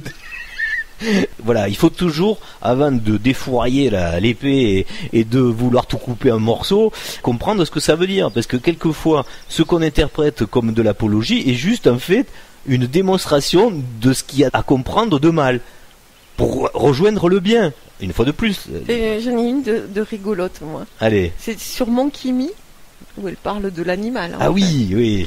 Et une personne qui dit que c'est un hommage à son singe qui est mort. Ah oui, oui, voilà. Bon, alors si vous écoutez cette chanson, ça raconte qu'ici, dans le monde du moi-je, on est des singes encore. Voilà, quoi, voilà. On est incarné dans un être qui est animal. Aucune hésitation, je suis dans la peau d'un singe, quoi. Oui, je suis dans la peau d'une autre. Hein. D'une autre, voilà. Ouais. Adoptez-moi. Bon. Voilà, donc ça explique plein de trucs, tout ça. Ces chansons ont vraiment un fond hyper intéressant. Donc si vous avez le temps de vous y pencher, l'album Interstellaire, d'ailleurs on pourrait y rentrer dedans, là aussi il y a 50 000 trucs à expliquer. Ah oui, mais quelquefois le problème c'est qu'il y a une poésie aussi tellement haut placée, il y a beaucoup de paraboles poétiques qui sont aussi difficiles à détecter parce qu'elles sont... dire qu'elle n'est pas audible dans tous les sens. Ah mais non mais oui, bien sûr. Surtout quand il y a des messages érotiques, d'ailleurs justement là, c'est pour le compte quand elle parle d'érotisme, justement les propos ne le sont pas. Vous voyez comme quoi c'est comme vraiment c'est de l'hermétisme, on peut le dire clairement. Mylène Farmer c'est hermétique, hein. Et c'est hyper intéressant. Allez, on revient à notre sujet. Où on en était d'ailleurs? Voilà, là je sais pas comment ils vont pouvoir suivre. Hein. Oh là là, les digressions, on va nous en tenir rigueur, on va se faire engueuler. Et ils auront raison, hein, parce que là on est parti dans tous les sens. Hein. Ça va durer 2 heures cette émission-là. Mais bon, c'est pas grave, ça nous fait plaisir aussi. Si dit, c'était intéressant, non? Non, puis nous, ça nous fait plaisir. Je sais pas, on a parlé de trucs qui sont voilà, des ouvertures possibles. On est autant des opportunités, il faut toutes les saisir. Hein. Il n'y a pas de CSA pour te dire. Mais bon, c'est vrai qu'après, il faut revenir sur une ligne directrice quand même. Alors on y va, ouais, sur cette ligne directrice. Ouais. Soit On le voit, il a beau être sur sa sphère de vie différente de la sphère de vie de moi-je, donc ils sont pas sur la même planète, ils vivent dans le même temps, et ils sont en même temps dans la construction ou la lecture de leur champ d'information. Pour le soi-je, c'est un champ créatif de métaconscience, ça faut bien poser les mots. Et pour le moi-je, donc sur sa planète, dans sa sphère de vie, dans son champ informatif, il est juste dans une conscience. C'est pour ça que lui, c'est juste un ego. Mais vous comprenez bien que le but du jeu, c'est de comprendre le mécanisme du soi-je pour aller vers cette métaconscience et de tomber dans l'aspect créatif de la chose. C'est un peu le but de nos communications et du modèle qu'on amène. Tout ça, c'est, pour le résumer, donc soi-je doit interagir sur moi-je par les informations du champ de conscience. Et ça se fait toujours en simultané. Il n'y a pas de besoin d'aller... D'interaction dans le passé, par exemple. Voilà, il n'y a pas besoin d'aller dérégler ce qui s'est passé, d'ailleurs qui n'existe plus dans le passé au niveau physique. Oui, dont on pourrait difficilement mesurer les conséquences globales. Ah ben là, non mais même ce serait catastrophique. C'est d'ailleurs presque prouvé à ceux dont l'effet Mandela est un souci par rapport à la causalité. Comment ça se ferait par exemple que certains insignes Volkswagen seraient comme l'ancien et d'autres comme le nouveau? Est-ce que tout a changé ou pas tout? Ça pose des problèmes tout ça. On voit bien qu'il y a un souci d'interprétation par rapport aussi à ce qui est manifesté dans la matière. On précise bien que c'est un temps simultané pour bien dire qu'il n'y a aucun lien de causalité avec le fait de retourner en arrière. Déjà, c'est pas possible, mais bon, même si c'était possible, ce serait déjà assez stupide et même, on le verra un petit peu plus tard, très dangereux. Par contre, la nature de l'information peut être passée. Alors voilà, on y arrive. Oui. On précise au passage la définition du mot simultané. Se dit d'événements distincts ayant lieu au même moment, concomitant, synchrone. Ça précise bien le cadre, hein. On est bien d'accord. On peut élargir aussi le raisonnement, donc en affirmant que la conscience d'action est directe au temps présent. La conscience de mémoire est informative et intemporelle. C'est-à-dire que, comme tu le disais, dans les mémoires, on peut aller chercher des choses. Et même, on le verra dans notre vidéo, pour aller plus loin, certains qui font des voyages astraux, ou même, ou qui, comme ils le disent, consultent des annales akashiques, etc., vous comprendrez que c'est un petit peu ça, c'est la tête de lecture qui s'en va dans le champ informatif pour vivre le chose. Mais, on le répète aussi, elle ne peut pas interagir. C'est de la lecture, c'est comme si vous mettez un film vidéo. Vous n'êtes plus dans le jeu vidéo interactif, là, vous êtes dans la consultation de l'archive. Donc vous n'allez pas pouvoir changer le cours de ce qui s'est passé. Vous êtes juste dans l'informatif, qui existe, il y est l'informatif. Et si vous pouvez le vivre d'ailleurs, hein, avec toutes les émotions, y rentrer dedans. Mais vous n'interagissez pas, l'autre ne vous voit pas. On prend un exemple, vous êtes à l'époque napoléonienne, quand il est devant les pyramides. Vous pouvez aller le voir ce moment. Il y est dans la conscience du moi-je de Napoléon. Donc il est accessible en fait à haut niveau par tout le monde. Hein, vous le comprendrez avec les schémas. Mais quelqu'un qui a l'accès à cette mémoire, il va vivre le moment. Mais il va pas pouvoir aller taper sur l'épaule de Napoléon ou même lui mettre un coup de matraque sur la tête et comme ça il rentre pas en France. Ou boire un thé à la menthe avec lui. Voilà, ouais, mais ça serait moins d'incidence. On imagine bien que ceux qui voudraient interférer ou interagir ont des choses peut-être un peu plus radicales à faire. Donc c'est pour ça qu'on dit que c'est dangereux. Non, vous comprenez bien que vous pouvez voir la chose, mais vous ne pourrez pas interagir. C'est quelque chose qui est passé. C'est donc une archive. C'est une mémoire informative intemporelle. Hein, on l'a bien spécifié ici. Ce qui revient à repréciser encore une fois, on l'avait déjà dit, mais là on le formalise bien. Chacun est sur sa sphère, la ligne de temps est déployée, elle est identique aux deux. Soi-je peut intervenir à chaque moment directement sur moi-je. Ils ont donc simultanément le même temps à partager, mais on va le voir, on joue sur quoi? Non pas sur le temps, mais sur l'anneau de mémoire. C'est ça qui est important à comprendre. Le jeu dans le temps ne se fait pas par des voyages dans le temps qui feraient changer le scénario. C'est quelque chose qui se change en permanence, simultanément, pendant une ligne de temps qui est unique. Seulement, il y en a un qui le fait en conscience absolue et métaphysique. C'est celui qui est en train de jouer avec l'avatar, donc le soi-je, et il y a celui qui a juste une conscience relative physique, qui est le moi-je. Mais les deux avancent en interaction tout le temps. Donc tous ces petits dessins là, qui racontent la même chose sont faits pour aborder le même concept sous des angles ou des logos différents. Il y a des sub-logos et il y a des sub-sub-sub-logos. Et là on va parler au passage pour que vous compreniez bien qu'on est dans un champ informatif et que c'est ça qui est important de bien mentaliser, c'est que dans cette compréhension des champs informatifs, on est dans des mémoires cumulées. Le soi-jeu, il a accès à tout. Et là, on va raisonner en termes de réincarnation. Votre moi-jeu actuel, qui est celui qui vous fait face, là, c'est votre dernière incarnation, là. C'est un champ qu'il est en train de parcourir, qu'il est en train de créer, et que soi-jeu, lui, a un accès, on est d'accord, absolument en totalité. D'accord ? Lui, il voit simultané. Tout, simultané. Et les mémoires, parce que dedans, il y a les mémoires depuis son premier jour à moi-jeu.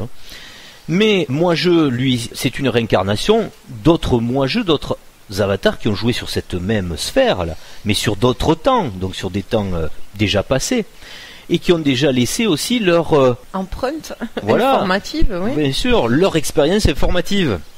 Donc vous comprenez bien que chaque moi-jeu successif apporte une mémoire supplémentaire avec des émotions, avec des relations, des interactions aussi d'ailleurs, de souvenirs avec d'autres moi-jeux, et ça vient enrichir l'expérience du soi-jeu qui continue ce jeu jusqu'au moment où il va en sortir en fait. Mais il va recommencer d'autres expériences, il fait des jeux autant qu'il veut.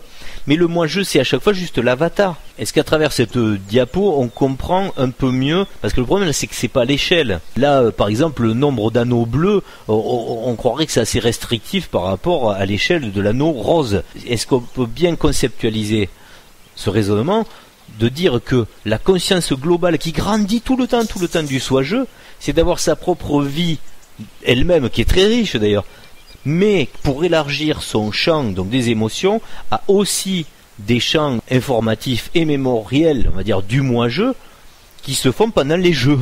C'est compliqué tout ça. Ça se comprend très bien. Ça se comprend là ? Ah oui, oui. Alors après, on pourrait rentrer dans les détails, mais on reviendra, parce que sinon ça va faire trop long sur cette vidéo, sur ce que sont les personnes qui peuvent rentrer dans d'autres champs informatifs d'autres personnes. Oui, ça c'est intéressant. Ouais. Voilà, c'est-à-dire qu'à un moment, pourquoi il y a des voyants qui comprennent ce qui s'est passé dans un champ informatif d'un autre moi-jeu. Tout à fait. Ouais. Et là, vous comprendrez pourquoi les ponts se font, mais à l'étage supérieur pour celui qui fait les aiguillages, donc le soi-jeu. Et même les soi-jeux, parce qu'entre eux, les soi-jeux, ouais. Parce que les soi-jeux aussi jouent un mot pour la même chose. Donc on va mieux le comprendre un petit peu plus tard. Donc sur le plan général, on a donc soi-jeu omniscient, omnipotent, lui il visite tout ce qu'il veut. Il peut intervenir quand il veut, au moment où il veut, donc sur le champ de mémoire de son avatar moi-jeu. Vous comprenez bien que ce moi-jeu, lui qui ne peut accéder qu'aux mémoires que soi-jeu lui permet, il est un petit peu quelque part téléguidé par ce que veut soi-jeu. C'est pour ça que le mot mission, en fait, par rapport à la vie, moi, il me semble pertinent. Ça peut, oui. Quelque part, le soi-jeu, il guide, il canalise quelque chose. C'est-à-dire qu'il y a des informations qu'il donne pour susciter des réactions au niveau du moi-jeu et d'autres qu'il ne donnera pas parce qu'il estime que le moi-jeu ne doit pas y avoir accès. C'est une stratégie. Donc, il y a bien une mission à un moment donné. L'avatar, il arrive avec une mission. Alors, est-ce qu'il a une mission par incarnation ou est-ce qu'il a une mission qu'il restitue au fil des réincarnations jusqu'à... Ah mais ça c'est soi-jeu qui décide. Avoir son but. C'est soi-jeu qui décide. Non mais quand on le met par rapport à un cycle, on pourrait aussi imaginer que... Ah mais ça fait partie des règles du jeu après. Voilà. Il y a des choses qui sont plus... là on découpe un concept pour aussi éprouver le concept et voir qu'il fonctionne aussi sous cet angle-là. D'où le New Age qui vous ment pas quelque part, puisque c'est le nouvel âge, donc c'est la nouvelle ère qui s'ouvre, qui ne vous amènera pas du tout vers le soi-jeu. Elle vous amènera vers la période d'or, comme on appelle ça, l'âge d'or, du moi-jeu. Donc vous allez vivre de la super technologie, vous allez rester dans la résolution de problèmes énergétiques, de santé, de tous les petits bobos, on va dire, du moi-jeu, mais ça fait rester ici, ça fait rester le moi-jeu. La Terre ne va pas changer de ses règles physiques. D'ailleurs, on va pas détruire des choses qui existent, qu'on a mis des milliers d'années à mettre en place, pour les faire évoluer d'un coup sur autre chose. Non, c'est des gens qui viennent jouer sur une sphère qui reste comme ce qu'elle est. Elle évolue sur son champ physique, on va dire, naturellement. Il n'y a pas d'ambiguïté là-dessus. Il n'y aurait aucun intérêt à terraformer tout ça. Ça peut se faire dans des cas, c'est vrai, on a pu le réfléchir, il y a des cas où ça peut arriver. Mais bon, c'est parce que, si vous y réfléchissez bien, c'est parce que le scénario a été tellement pourri qu'à un moment, il faut passer à autre chose. Donc que ce soit dans la Bible, on voit les épisodes catastrophiques. Avec Noé ? Le déluge. Avec le déluge, voilà, des trucs comme ça. Fait, ouais. Voilà, bon, à des moments, il y a des solutions un peu radicales. C'est normal, ça fait partie dans le scénario d'une page qui se tourne. Bon, mais ici, et à ce moment, il peut se passer quelque chose identique. C'est clair et net. puisque là, on arrive à un point optimal de compréhension de l'ouverture vers le soi-je. Donc soit on le prend, soit on le prend pas. Pour ceux qui le prennent, ils s'extraient du jeu, donc il n'y a plus à se poser des questions. Mais ceux qui le prennent pas, ils vont jouer dans le moi-je, soit une suite d'un âge d'or qui va arriver sûr et certain, mais soit qui passera par une transition catastrophique, comme ça s'est fait d'autres fois, on en a des traces géologiques, hein, il faut quand même être là aussi rationnel. Il y a des traces géologiques d'épisodes qui ont été très violents sur cette planète. Donc qu'est-ce qui s'y est passé?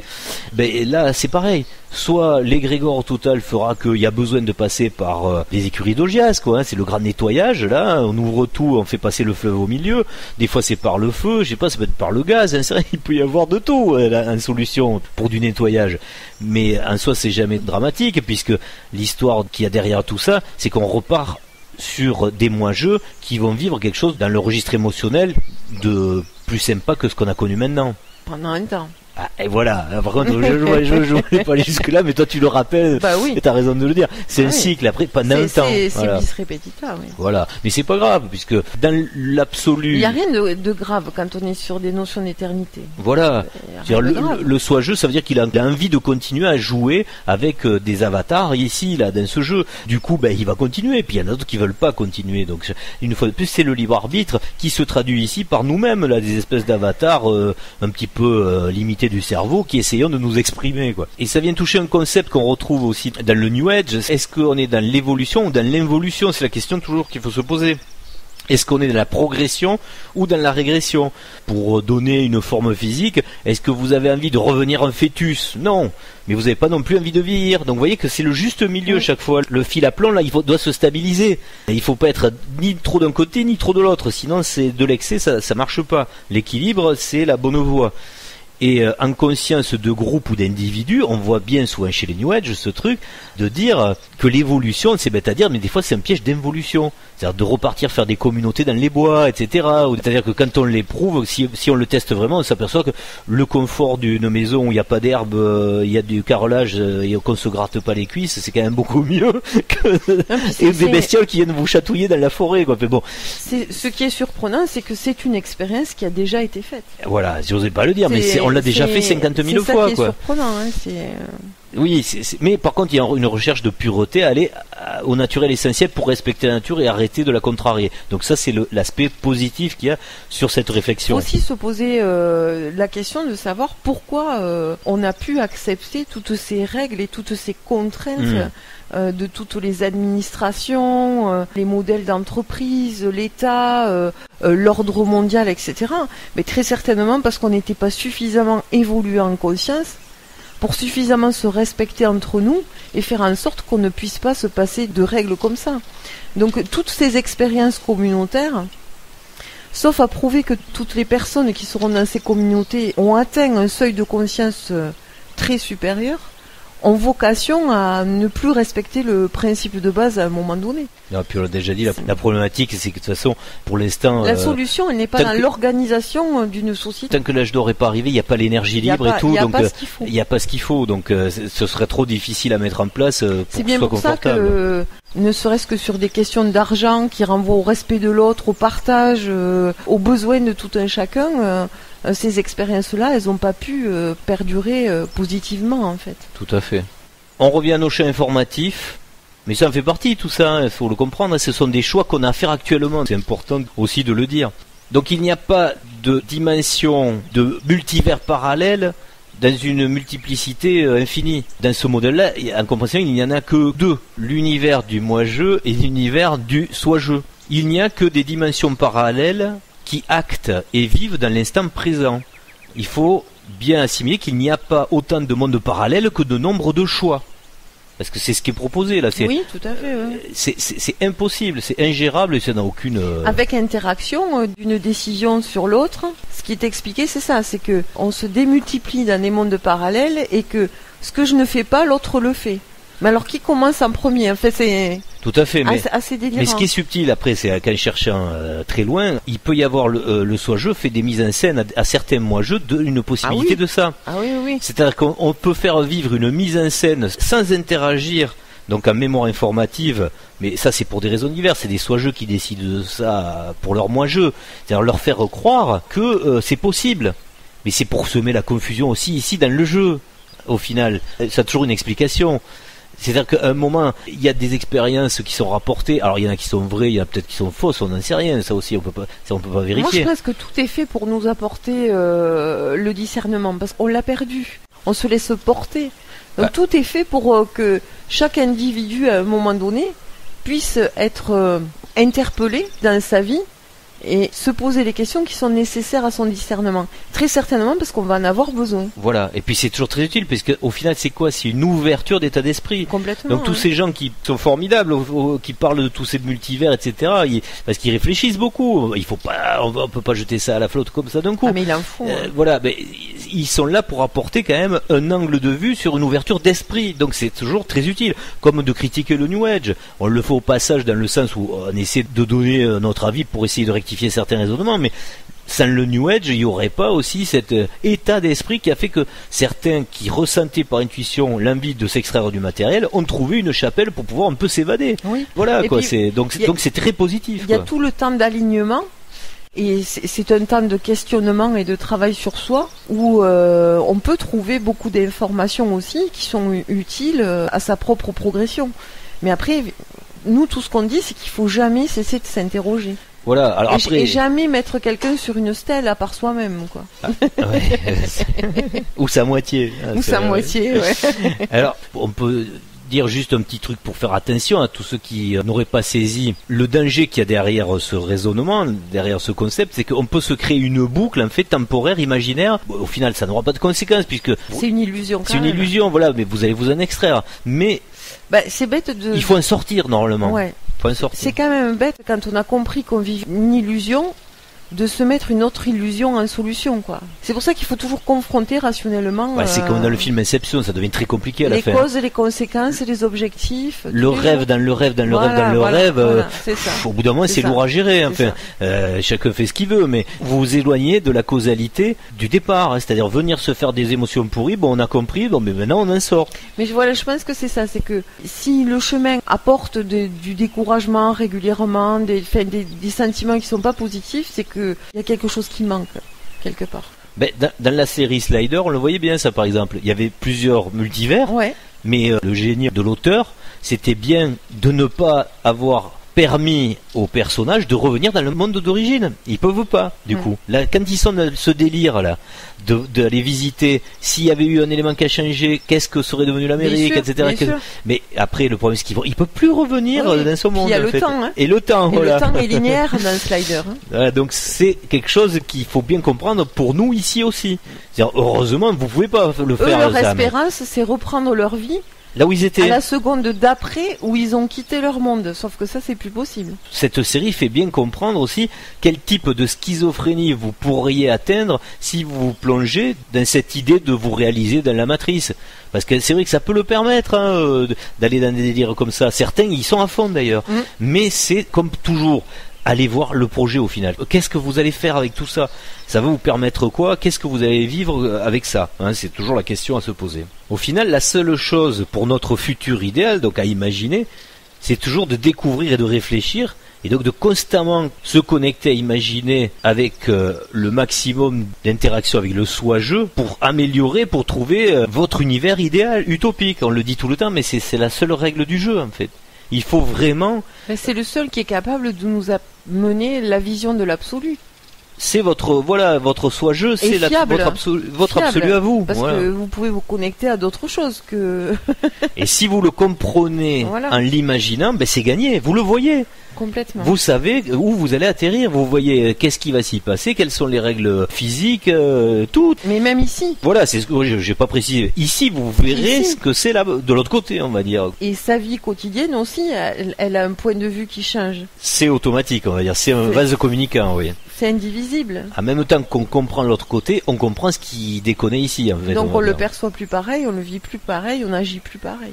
C'est beaucoup plus simple que de se contraindre à pas penser négativement, pas dire le mot de trop, c'est-à-dire à essayer de se dominer. C'est deux chemins différents, quoi. Soit on est homme et on essaye de devenir spirituel, soit on sait qu'on est spirituel et qu'on fait une expérience humaine. C'est pas du tout le même processus, en fait. Pas du tout les mêmes contraintes et pas du tout la même compréhension, donc pas du tout le même point d'atterrissage. Et c'est pour ça que il faut bien distinguer chaque projet de chaque gourou, maître ou communicant, on va dire, en général sur Internet ou même dans l'histoire de la gnose, etc. C'est-à-dire à chaque fois la question à se poser, c'est vraiment comme si on choisissait une marque de voiture. Tous ces gens qui communiquent, nous y compris, c'est des marques de voitures différentes. Donc c'est fait pour faire bouger des idées, c'est fait pour se transporter dans des logos. Mais au final, la marque de voiture n'a très peu d'importance. Ce qui compte, c'est vous servez d'une bagnole pour vous rendre quelque part.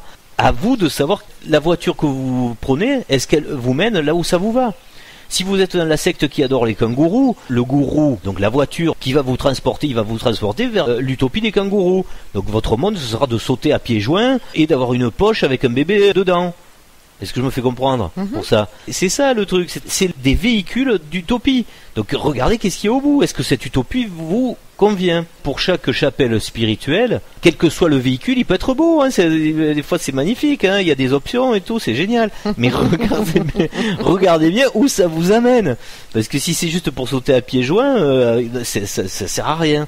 Donc il faut regarder quel est le logiciel qui vous transcende le plus vers votre utopie la plus belle. Hein. Donc c'est toujours une réflexion très personnelle tout ça.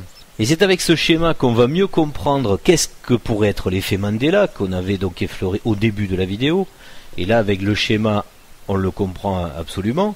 Tu le disais dans ta définition, c'est un groupe de personnes qui a une perception modifiée de ses souvenirs. On vient de le voir à travers les champs informatifs qui sont aussi des champs de mémoire. Et on peut mieux comprendre pourquoi à un moment tout un groupe d'individus qui partagent la même expérience dans le même jeu ont intérêt à bousculer un peu certaines mémoires collectives en les modifiant pour pouvoir interpeller un certain groupe qui aurait décidé de se mettre en route d'une réflexion dont on parlait tout à l'heure, très importante, de grands questionnements. Peut-être que les moi-jeux en bas qui sont en train de réfléchir à cette question, c'est tout simplement parce que leur soi-jeu en haut a eu la même stratégie. Ça fait gang de soi-jeu. Ah mais c'est un peu ça, ouais. C'est un gang de soi-jeu là. Les mecs là-haut, parce que là-haut, leur vie, il faut bien le dire comme ça au passage, mais la vie continue là-haut, il se passe des choses. Quand on dit, on entend, il y a des contrats d'âme, bien sûr, il y a de l'interaction partout. Mais elle est insimultanée tout le temps, il faut bien le comprendre. Ouais, tout à fait. Il faut pas le voir qu'au niveau familial, affectif, amoureux. Mais surtout que d'un l'autre côté, ça n'existe pas. Bien entendu. Si vous l'avez compris par rapport au modèle qu'on a expliqué, il n'y a pas de frère, il n'y a pas de sœur, il n'y a pas de père, il n'y a pas de mère. Exactement. Et c'est qu'ici que ça se passe là, le truc. Là-haut, il n'y a que des amoureux. Donc là, les soi-jeux s'allient entre eux. Voilà. Pour amener à un groupe de moi-jeux qui sont en contact avec eux une information qui va les perturber pour essayer de les amener à un raisonnement. Exact. Au final, pour se transcender. Parce que c'est ça quand même le but de cette réflexion, c'est d'aller plus loin dans la compréhension de ce qu'on fait ici, et de se dire, oh, je vais te déstabiliser un petit coup là, pour voir si tu arrives un petit peu à prendre le chemin de la résolution. C'est pour ça que c'est très positif tout ça. Mais ça sert à rien d'aller s'écharper sur des forums en disant ouais, moi je suis sûr le logo de Peugeot il était comme ça, etc. C'est pas le but du jeu là, il faut plus ça, faut arrêter. C'est de comprendre pourquoi à un moment notre perception a changé sur plein de choses. Enfin, chez certains, chez nous par exemple elle n'a pas changé. Bon, tu as parlé de Kennedy, tout ça, mais on fera une deuxième partie justement, on va stopper cette vidéo ici. Là on a voulu expliquer de par le modèle quel pourrait être cet effet Mandela, mais pour aller beaucoup plus loin par rapport à ces incidences, par rapport à des actes historiques qui ont eu lieu, on mettra le doigt sur quelque chose de plus important et on le développera dans la prochaine vidéo. On voulait tout faire peut-être dans celle-là, mais là franchement c'est pas possible, ça va être vraiment trop lourd. Mais on rentrera dans les détails des effets importants Mandela historiques qu'il y a à comprendre. Parce que là, ils sont, mais alors vraiment collectifs pour le compte, c'est pas un petit groupe. Hein. La grande majorité de conscience des habitants de la Terre vont vous raconter des choses, par exemple, sur la Lune, sur les premiers pas de l'homme sur la Lune, sur Kennedy, ça en a parlé, sur le 11 septembre, et sur bien d'autres éléments qu'on abordera un peu plus en détail. Mais il faut pas se leurrer, c'est le même mécanisme là de l'informatif en conscience du moi-je par rapport au soi-je. On est dans la fin des temps où justement certains vont vouloir aller ailleurs ou d'autres vont vouloir continuer mais mieux et d'autres qui veulent continuer mais qui veulent passer par un truc assez pourri. Mais c'est leur délire, hein. Il y en a qui ont envie par exemple qu'il y ait une 3e guerre mondiale. Et on peut pas le nier si vous suivez la géopolitique. Le rapport c'est le choix du scénario dans la transition. Il faut le comprendre. Il y a des gens qui, dans leur égrégore, même là-haut, mais je sais que ça choque ça tout le temps, mais il y en a qui ont envie de vivre des trucs bizarres, hein. Et ça fait partie du panel des émotions à vivre. Toi, par exemple, tu sais ce que c'est que de subir un champignon atomique et après d'avoir à survivre dans cet endroit-là où il va y avoir des trucs bizarres avec des chiens à 6 pattes, etc. Mais il y en a qui ont envie de délirer avec ça. Bon, il y en a pas beaucoup, heureusement. Mais le problème, c'est que cette faction-là, ils sont pas nombreux, mais ils ont pas mal d'influence, on va dire. Donc, si vous suivez la géopolitique, vous voyez qu'à tout moment, on est sur le fil du rasoir, là. Ça peut basculer sur un truc qui va se résoudre correctement, comme sur un truc qui peut être dramatique. Bon, le scénario dramatique s'éloigne pas mal, puisqu'il y a des nouvelles technologies quand même qui sont rentrées dans le scénario, qui font qu'apparemment ça sera pas possible. C'est déjà un point positif. Mais ça dédouane pas de moments difficiles, que ce soit en transition. On a parlé ce matin économique, hein, puisqu'à un moment, on voit bien qu'il y aura ce levier pour pouvoir changer les choses, et il y en a qui font en sorte que ça se passe en douceur. Par contre, il y en a qui voudraient que ça se passe très mal, hein, que ce soit un chaos. Là aussi, on est peut-être sorti du risque d'un embrasement dans la matière, hein, c'est-à-dire physique, mais on n'est pas sorti d'un risque d'un embrasement social, hein, d'accord ? On fait bien le parallèle des choses, voilà. Pour terminer, pour recoller avec ce dont on était en train de parler, au même moment, dans le jeu, des jeux sont en train de jouer, comme nous on est en train de jouer sans le savoir en tant qu'avatar de moi-jeu, mais là-haut c'est de la vraie démocratie. L'égrégore de ceux qui, dans les jeux ont le plus envie de faire une chose, ou même en concertation, vont dire non mais on pourrait finir comme ça. On va dire non mais on l'a déjà fait. Il faut imaginer un petit peu ce qui se passe à ce niveau-là. Et ça nous fait préciser la compréhension de ce qui est bizarre au niveau des effets ici, qu'il y a une causalité entre le monde du soi-jeu et le moi-jeu, pour mieux comprendre ce qui se passe chez le moi-jeu. C'est que là-haut, il y a autant de stratégies mises en place que nous ici dans la géopolitique, qui d'ailleurs souvent déraille. Elle va pas au bout de ses ambitions, parce que le soi-jeu à un moment dit non, on va pas laisser faire ça, on va faire autre chose. Est-ce que ça se comprend ça ? Oui, oui. C'est une interaction constante, mais cette interaction des fois elle peut prendre des formes métaphysiques incroyables ici. C'est-à-dire que certaines factions avaient prévu, mettons, de faire quelque chose pour embraser tel coin, etc. Et bien, les mecs, ils y arriveront pas. Parce que quand le soi-jeu a décidé que ça n'arrivait pas, vous avez beau faire tout en place dans la matière pour que ça arrive, vous ne pourrez pas. Vous allez vous casser la jambe, si on le met à titre individuel, vous n'y arriverez pas. Mais ça marche aussi sur des groupes, hein. Ça marche sur des groupes. Un plan est choisi, on pourrait parler de Blue Beam, d'une mise en scène, d'arrivée d'extraterrestres et tout. Mais justement, ça on l'évoquera à travers une vidéo totale sur l'explication à comprendre que sont les extraterrestres, qui sont-ils, etc. avec ce modèle-là. Mais ça, c'était dans les tuyaux, faut bien le voir quand même. Bon, ça s'éloigne, mais ça peut encore arriver. Mais il peut y avoir aussi d'autres extraterrestres qui sont pas les mêmes, dont on parlera. Bon, tout ça, ça devient plus clair un peu quand même, non ? Oui. Mais on va toujours le préciser de plus en plus avec les nouvelles vidéos qui s'appuieront de ces petits schémas. Donc prochaine vidéo, puisque là on a été trop long, on s'est fait plaisir, hein, non ? On est très bavard, donc on s'est fait plaisir. Et surtout toi, hein. Surtout moi. Voilà. Ouais. Et c'est ça la complémentarité. Hein.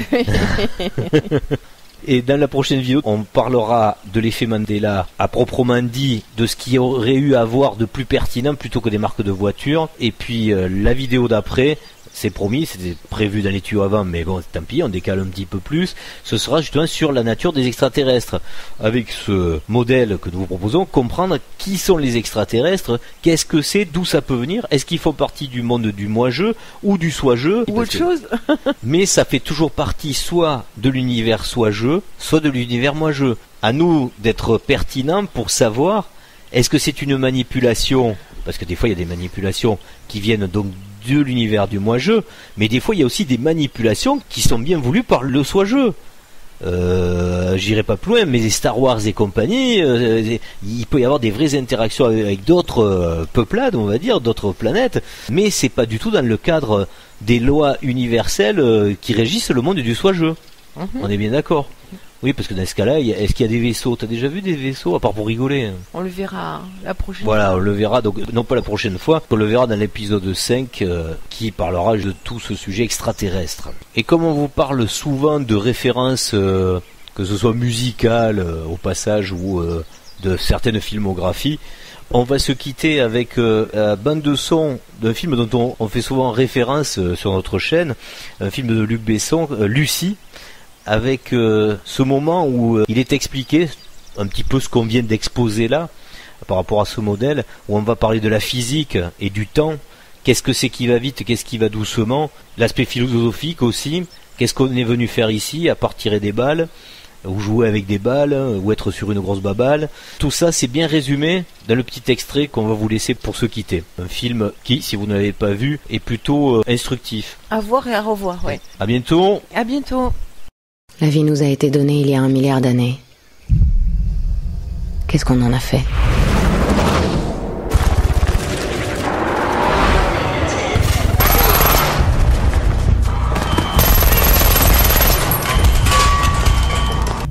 Il est temps de partir alors.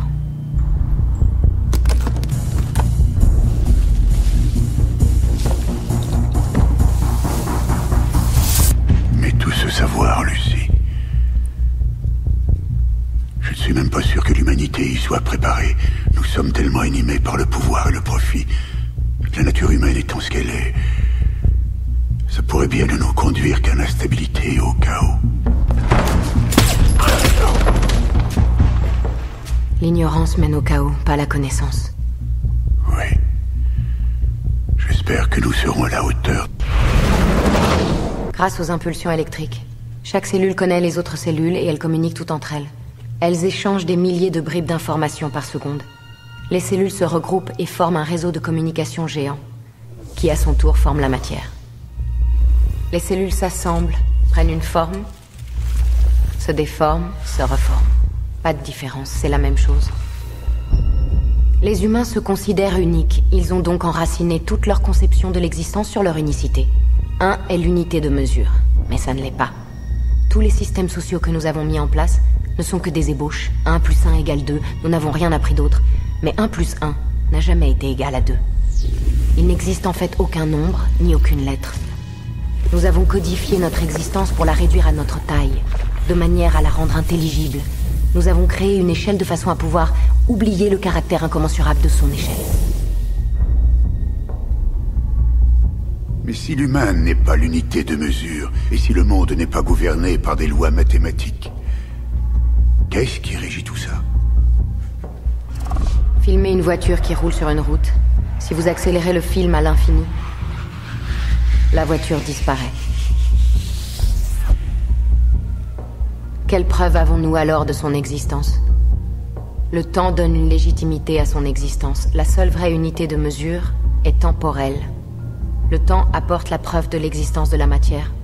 Sans le temps, nous n'existons pas.